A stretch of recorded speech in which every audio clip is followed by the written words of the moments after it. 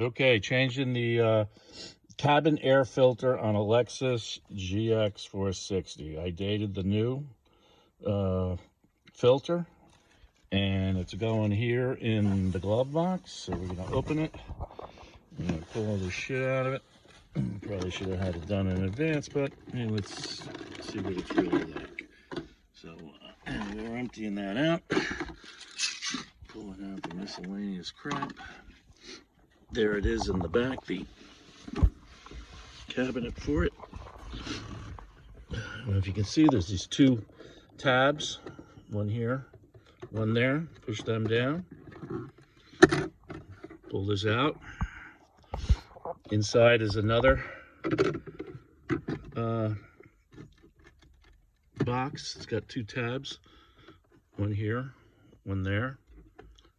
Gonna squeeze them, they should pop out.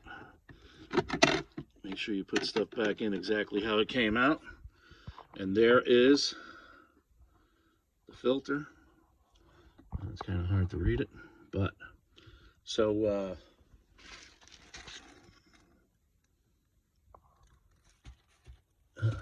pull out. Now, this one's got the arrows pointing up. So I think what's going on here is that it just says that's the top. You can read the label of the equipment. So this is from Lexus. They put it in, and I'm guessing that they did it right. So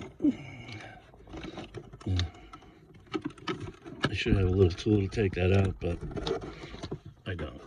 Okay, so that's coming out. You can see it's pretty dirty. There's like cruddy leaves and stuff in there. So anyway, that comes out.